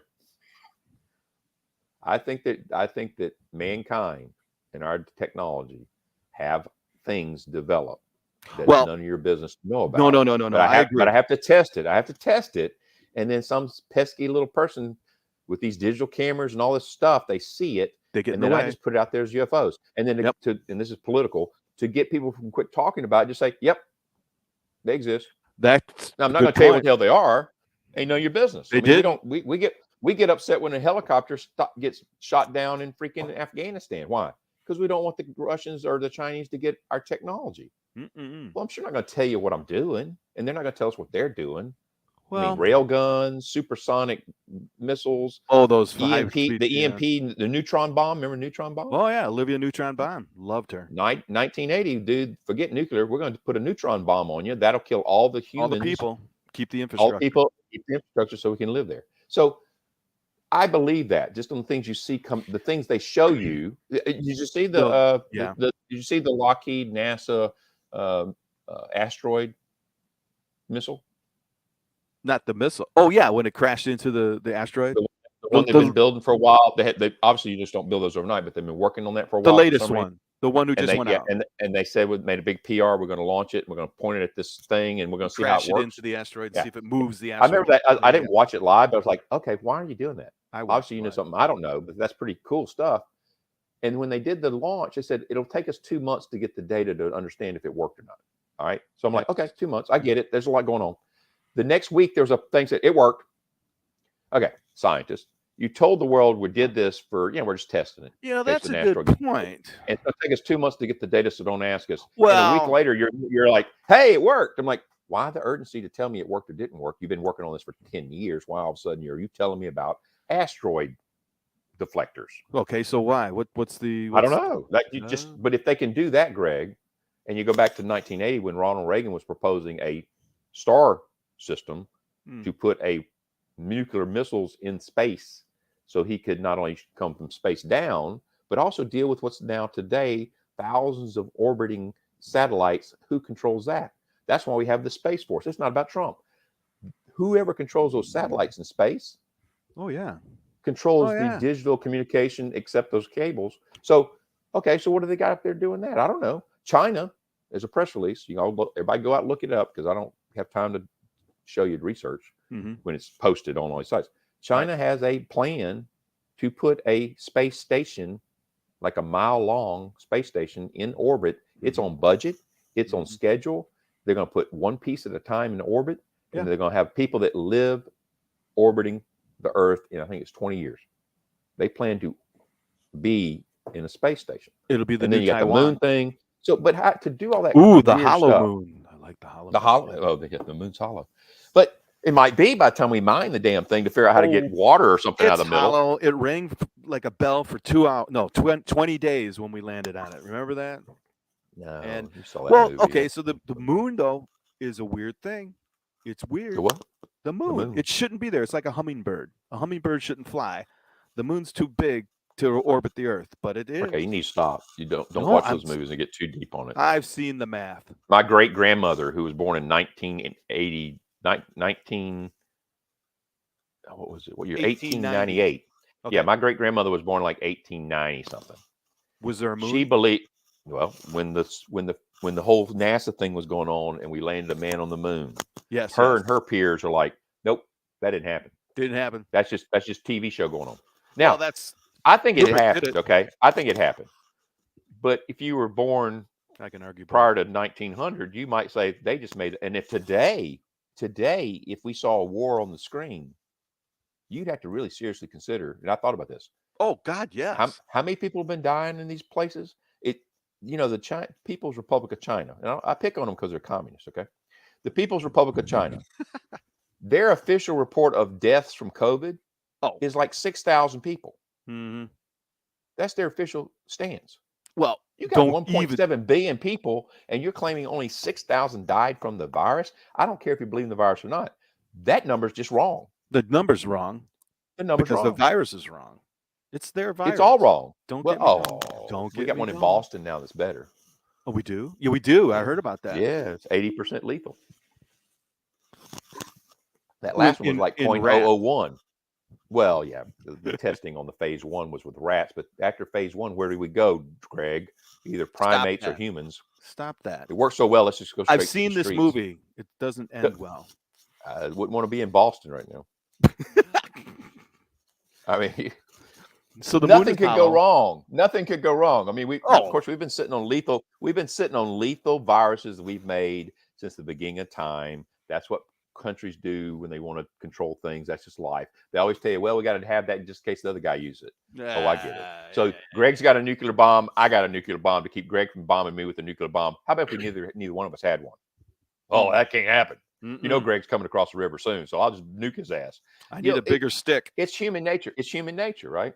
So the viruses, bioweapons have been around forever. We've used them on our own people. We just had to go to a different country to do it. You know, I grew up that where people denied Agent Orange. They denied LSD in the field. They denied all kinds of things. Dude, come on. Well, here, no, I guess back war is to hell, and the people use stuff against each other. I mean, the more we learn about War II, we go, really? Oh, you keep calling that UAP thing. Well, it's only because, and I don't care about it being real or not real. I'm talking about the machinery behind it to deny and then bring it out, like what you were talking about. It's like, okay, they're just trying to get you to think about it, right? So why? But it's not a problem if we think about it. Yeah. If I deny it, it causes more problems. This is political. If you have a problem, there's a couple ways you handle it. One, if you're smart enough that you think you can control it, you spin it and you say, "This is what's going on." The other is just ignore it. Don't respond. Yeah. Guess what? It'll go away. In America, if it happened 30 minutes ago, nobody remembers. It's gone. We've created that, right? So, like, we've been talking here for we could talk forever, me and you, but people are going to be 5 minutes and they're gone. I mean, that's the max. We got people in here. Oh, look, someone's talking about how it's the age of Ultron. Yeah. But I don't think there's a Thor. I mean, I don't think these foreign planets are going to happen. Okay, I'm not. Oh, look, Nancy's in here. John. Oh, is John on here? How do you see no, people? I don't. I'm seeing the wrong. I don't know what I'm seeing. What are you looking at? I don't know, man. It's my show, but I don't know how to run it. So. I had an internal dealer group meeting the other day on Tuesday, and there was like 2 names I didn't recognize. Well, that's not good. And there were 2 names I didn't invite. They weren't even. Oh, I'm probably getting a letter tomorrow. I didn't know who they were. I still like to be audited, guys. And of course, when you call them out, like, "Who are you?" They don't say anything. And I didn't want to remove them because it could be like a new guy. But they might have been a new person that somebody's invited them to the meeting. Right? Talk or get kicked. I'm just going to put it out there. We're talking some crazy stuff. We're talking about ideas, conspiracy, whatever you call it. But I think there's a lot more going on in the world. Here's what I think. It's more spiritual than is human nature. That's okay. Human secular. It's the same thing. The human being is not capable to understand all things. Period.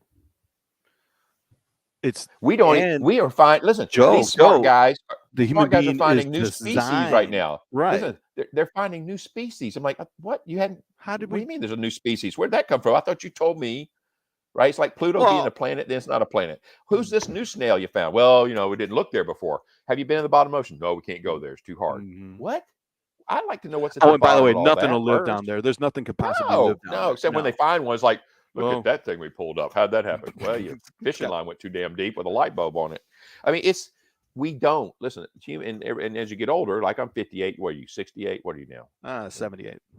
Yeah, we're about the same. But as you get older, I think you find out, and there's no book on this, right? No. You start realizing you don't know anything. Now, I'll use my father because he's a very wise man and did a great job of raising our family and providing for everybody. He was actually a genius, but he didn't know that. So he just worked for a living. Okay. But when he was 80, right, as he was turning 80, or maybe it was 70, might have been 70, he was going to church, to the Sunday school where he's in the elders group because he's 70, right? So anybody over 65 gets put in the same group, just like the kids, right? So he's in the senior group going to Sunday school, and there's some 90-year-old men in that group. And he came, one of my visits, he came back and says, "Hey, let me tell you something. I just went to church. Now we're going to church. I'm at church." He says, "I'm at church." Okay.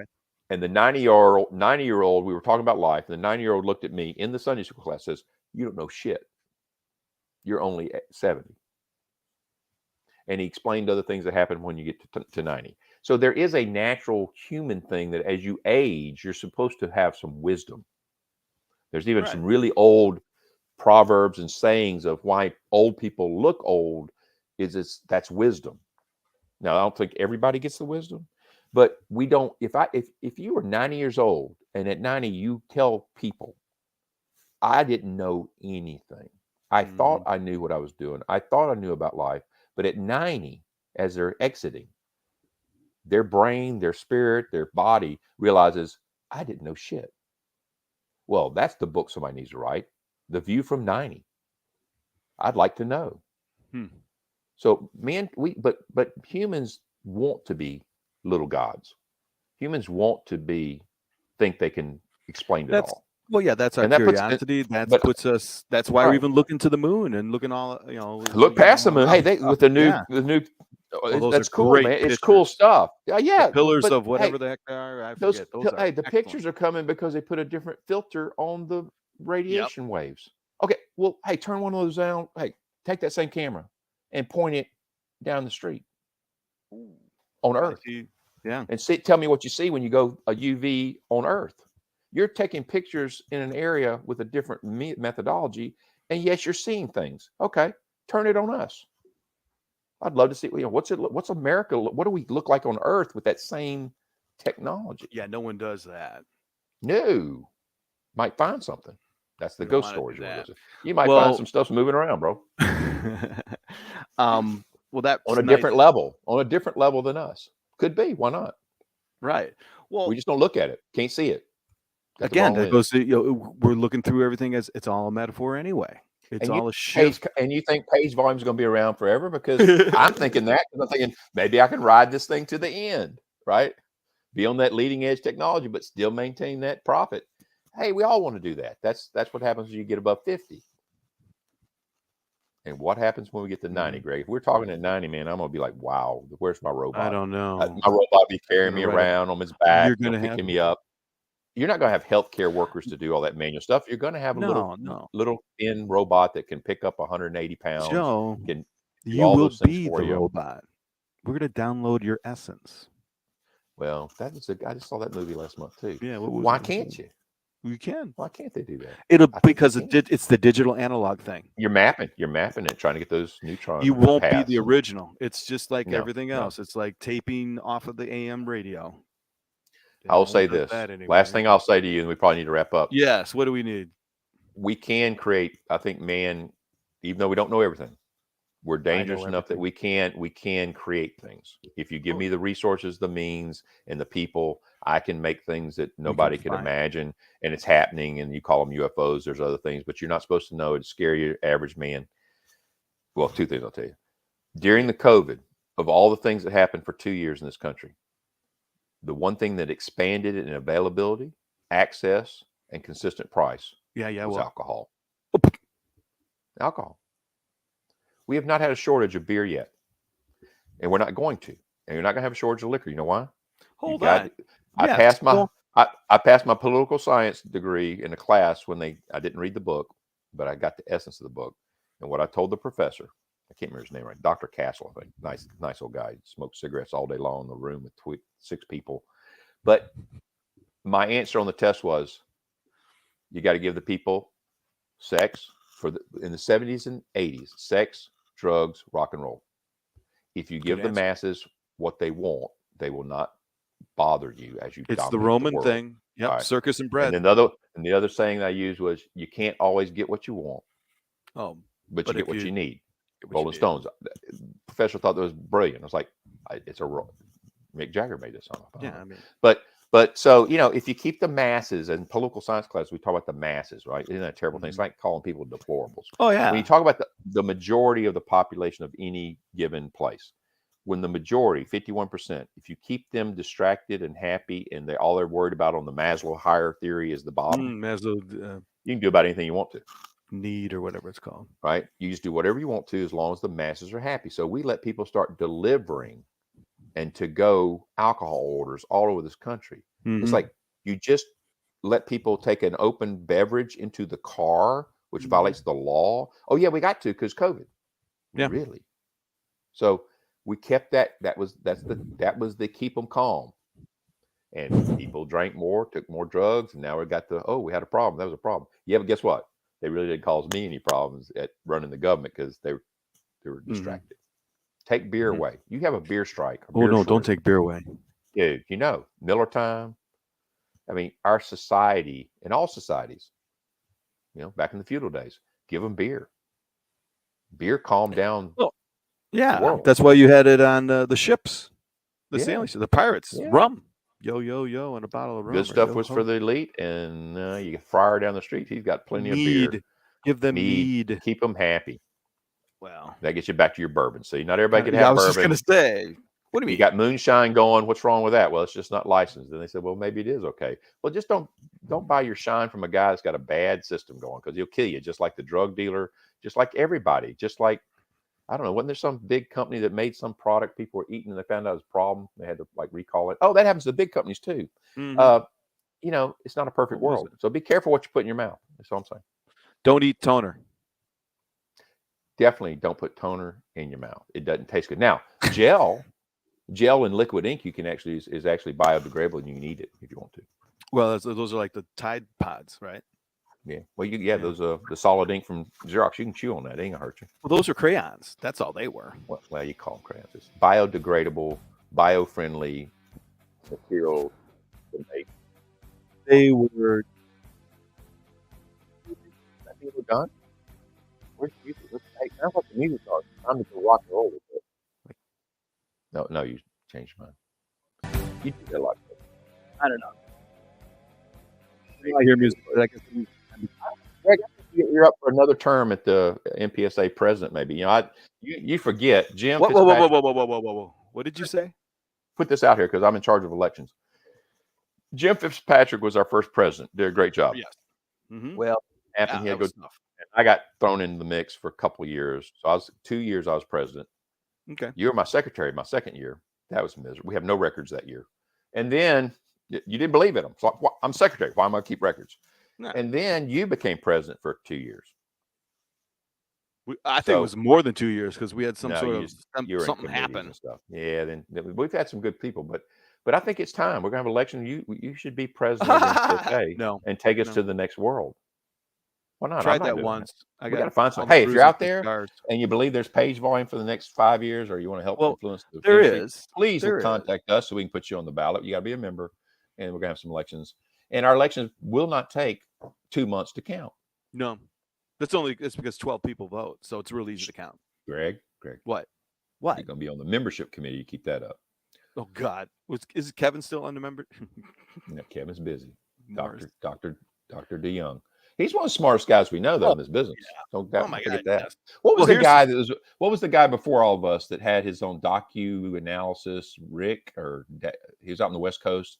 Saltzman. You remember that guy? Yeah. He was he had his own process, and he died. He died on us in 2009, I think. Oh man, I can't remember that guy's name. I wish I could remember because he was early. I mean, he actually had a methodology. Didn't he work with Lyra? Wasn't he the Lyra guy? I don't know. I feel bad because it starts with an S. His last name starts with an S, and he had a Z in his name. That's all I can remember. But he was a good guy. I mean, we all picked up some of his stuff and tweaked it. Early cutting edge stuff. Hey, there's still room out there for associations, networking. Human beings need to network with other human beings, even if it's this format. I think it's more. Please, no letters from your lawyers. No law letters. Don't term me for anything I may or may not have said.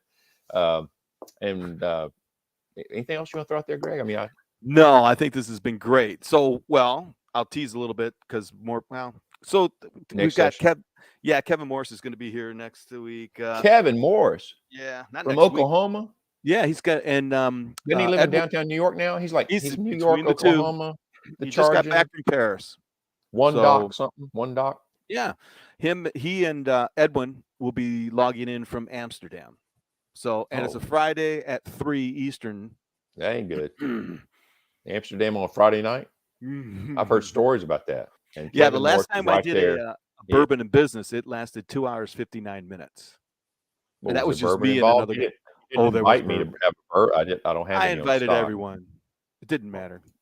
I had a gentleman who used to be in the industry. Now he does bourbon on the side.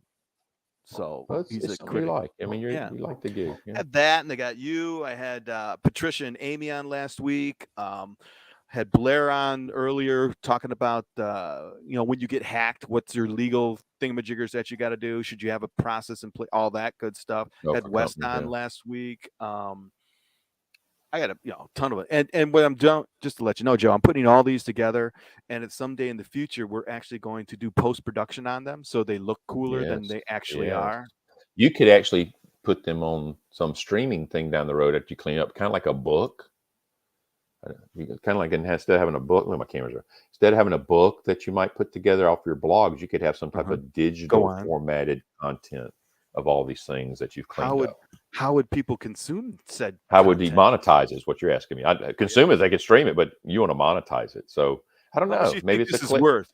Seriously. I think listen, I think every human being in America pays $10 a month for anything. And There's a lot of people in America. That's right. So if I come in at $9.99, let's just go to 50 million people. Will give you $10 a month, and they don't even know why they gave it to you. As long as you can bill it directly to their credit card or their bank account, they don't. I'm one of them. Why do I know? Why do I know that's true? Because now there's apps out there to try and keep up with all your subscriptions. Yeah, I have 3 Netflix subscriptions. Really? 2 Hulu. Well, maybe and I was paying for Planet Hollywood or whatever. What I'm saying is, your Jim. content would get limited to those in technology sector, so you could do the math, and maybe there's 100,000 employees, so now you get 10% of that. That's 10,000 people giving you $10 a month. That's still 100,000 a month. Supply chain. We talked about UFOs. We talked about military aspects. Monetization of usage. Monetization of usage. We're talking about that. That is the key. The audience is pretty broad, and there are some pretty broads. You could. Use death of the leopard. You just got to change the topic, and you could be like the Howard Stern of the digital force. And you sneak up on them. You don't have to be Howard Stern tomorrow. You just got to ease them in and say, "Can I get $10 a month from you?" I'll talk about whatever you want to at $10 a month times 1,000 people. I'd be good at 1,000. That's 10,000. Yeah, you just volunteered. I'm going to put you in charge of something. I'll help you monetize it. I was talking to somebody the other day as I was eating my wings. I'm a big Buffalo Wild Wing or Buffalo Wing person. I have been since 1981. Not a sponsor of this particular podcast. I'm not. Buffalo Wild Wings comes up because that was the Ohio group, but it's all kinds of names. Local wing joint's always the best, but I've been doing it a long time. So I'm talking to one of my servers at a wing place, and they're young. Now all the kids think they're going to make a living in meta world, virtual world, being influencers. I hate to say it doesn't work out, but this person said, "Well, I just recently stopped, but I had 10,000 followers." I was like, "Right, at 10,000 followers, you start getting paid." She said, "Yeah, I was getting some money." It's like, then why'd you stop? I mean, if you're going to get in the game and start getting paid, and you get to that level, keep going. Then just stay between the lines. Keep your content publicly where it can be. If you want to go to private content, that costs $20 more, whatever it is, right? Hey, if you want to hear Greg curse, that's going to cost you twice as much, right? I can't curse. Whatever, right? No, you can't really curse on this. There's still FCC rules. FCC rules say if you do a curse language, they could come in here and fine your butt. Well, then if I played autograph or some sort of rock and roll, if you paid somebody else's music, which I haven't done. I think it's only Neil Young that gets upset when you play his songs. Well, it's a free world. Most people are. You're so savvy. Yeah. All right. Hey, what else you got? What else you want out of me before we go? I do have a quick question. That's a real chili. question. I cooked chili this week. Chili? So it's warming up. Today's chili day. I had it on can almost Tuesday, smell it. And we're going to do it again today. And then Joe, you're in the MPSA. How is the MPSA doing? And I do mean that I should have asked you at the top, but seriously, because when we were there, I forget, and then it went down, and then we're in a good spot. The MPSA as an organization is in a good spot because of some of the hardworking volunteers that they're spending way too much time doing it. Okay. Yeah. Whatever. How's membership? We did our time. I'm working on that. Membership is up from 12 to 15. Membership's up. I don't know. Don't know the number. You don't need to know the number. Membership is up. Activity is outstanding. And I'm just kidding. Activity is outstanding. Our president is probably the hardest working PR motivating president we've ever had. I'll give him that. And he's not the most organized. There's another one, Tanya Stone. I mean, that woman. She organized it? And then we have the best secretary or volunteer you could ever have. Matter of fact, we gave him a little recognition. Eric Crump. Yeah. I don't know if Eric Crump's human. I think he may be one of those androids because that dude, he is just, I've done a lot of volunteer work all my life. And when you're a volunteer in any organization, community, religious, public, whatever. Finding volunteers is difficult. Oh God. Finding leaders for volunteers is even more difficult. It's a Herding percentage of the cats. population, right? It's just it's hard to get them. Eric Crump is phenomenal. I mean, he's got a day job. Yeah, he does a real one. He's over in Europe, he's got the MPSA job. He's got the Young Marine job. He's got at least two or three community work. He's doing all that, and he just eclipses me and you in what we could do from an organizational content. That's not difficult to do, Joe, by the way. I mean, I was just in it for the cool logo and the nice hats. Yeah, well, I didn't wear that logo shirt. I got one in the back. And the hat you hated. Shirt. You did not like that hat. I hated that hat. But I have 1,500 of them for some strange reason. I can't give them away. Yeah, remember? I don't want them. You take them. The beige is it wasn't the right I had to color. fly home with those things. That's right. I gave those to you. The pins are gone. I think I got 3 left. Oh, I did like the pins. There was thousands of those. We need to get a new logo and do some stuff. Yeah, I'm just looking at it right here. To be honest with you, here because the logo. We never did a coffee mug. We should have had a coffee mug. It was. Well, that's Josh did that logo. Josh Feathers we can created the logo. Oh yeah. That's right. Interesting. You're going to try and share one of the pictures of our logo I call it our logo. Hey, folks out there, Greg and I spent way too much of our time back in 2008, 2009 working on MPS. Me and what was that guy's name? Me and one other guy were on the committee to define MPS, and of course we had to fight with Greg most of the time about that. But we won the first round. We've got the certification. Are you doing a commercial now for MPSA? This is the Joe and Greg. This is the Greg Walter show. I'm the guest. Why are you bringing these MPSA guys up here now? Just because we're part of the club. Lifelong members, me and you. Yeah, we got these things are. You're in the Ed MPSA. Barfield. They took blood. Yeah, I tend to give blood, sweat, and tears, but I didn't really want to sign up for it twice. Fotizo did. Yeah, no, I'm really surprised that you did that. Well, I like learning. I mean, you learn from nice talking to other people. Challenge your ideas. I mean, how do you get better if you don't talk to somebody else about their view of things? True. You got to have open mind. Autonomous dictators are dangerous because they don't get good feedback, and everybody realizes if I tell him what I really believe, that King's not wearing clothes. Guess what? He kills you. So now everybody doesn't give you any feedback, and you make mistakes like, oh, that's Putin. It's like, I can do this. We'll just go in there and win this war real quick. Hey, who are you talking to? All right, Joe, I'm going to let you go. I appreciate the time, Joe. Seriously. Oh, thank you, Tom. Yeah, it fit right in the middle here. I've got regional kickoff and some work. Good. I still have to work everything. I'll get you back next year. We'll get a bunch of guys together on a Friday at 3, and maybe we'll do some regional. Tighten down the content so we don't have to do our tangents. Everyone does tighten content. It's like, come on, we don't want to know about all that stuff. We want to know about UFOs. What do we call it back in the 80s? You go to college to go to the dorm room and have what were those sessions called? Brainstorming sessions or chat sessions, or the hippies had a word for it. Just hanging out, talking. Theory like this could have a whole planet. Right, in my smoke enough weed, enough drugs. There could be a whole world right there in my fingertip. Animal House. Yeah, classic. They don't appreciate it. Generations tried to replicate that. It was a movie. When we reference a movie, people understand it's a produced movie. You just got an uncut, unedited discussion with Greg Walters and Joe Barganier. Right. The movie would be so much more. What would it be, Joe? It wouldn't be whatever the producer wants it to be. I mean, you'd be fighting about our girlfriends and our wives and our kids and our cats. Wait a minute, we don't have all that sometimes. So, they'd make up stuff. It's called creating drama for the movie. It's a movie. Right.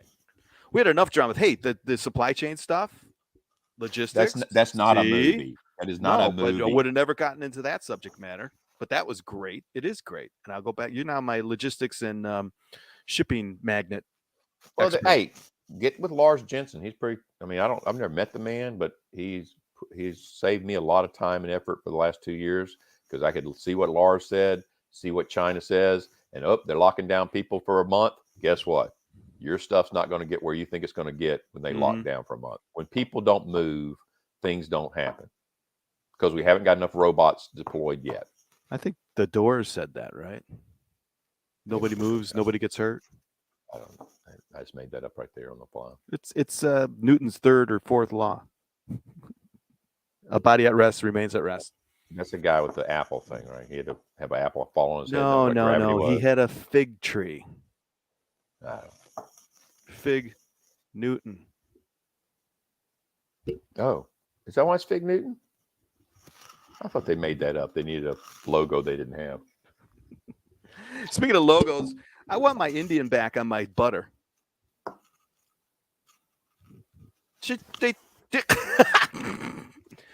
They took we got rid of the Indians, but we kept the mountains.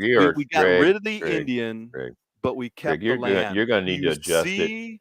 And get ready for those Cleveland Commodores or whatever they are, and the Washington Commodores. Aunt Jemima's Cleveland. family. What's Cleveland? Cleveland Rocks. Ian Hunter. Yeah, that would have been a good name for the team. But you know, things are changing, Greg. You can't say things anymore. You can't reference things anymore. It's really messed up a lot of my launches of products because I can't say what I want to say on the bottle or the label because that might offend somebody. I saw Blazing Saddles, and I don't want to offend anybody except you. I mean, it's like I can. I watched a YouTube of a bunch of kids watching Blazing Saddles for the first time. That probably blew their. Oh my God, their heads blew up. Literally, like not appropriate. What's that guy's name? He's totally inappropriate. Brooks. Mel Brooks. Yeah, Mel Brooks got to go. I mean, all the greats of pushing the envelope to make humans talk to each other. They got to go. They got to go. Comedy's got to go. You can't be funny no more. My favorite comedian for the last, I guess, couple. Not that I give them any money or go to their concert. Don't do it. David Chappelle. He's a genius. Yeah. So when you see David Chappelle lecturing everybody about what are you doing, comedy. By definition, it's even the kings of old days would let the jester. Comedians make fun of them to their face, right, to relieve the tension in the room. That was their job. Not anymore.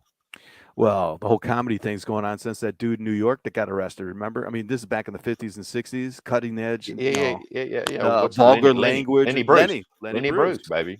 Lenny Bruce was saying stuff that they say every day on TV now. Right.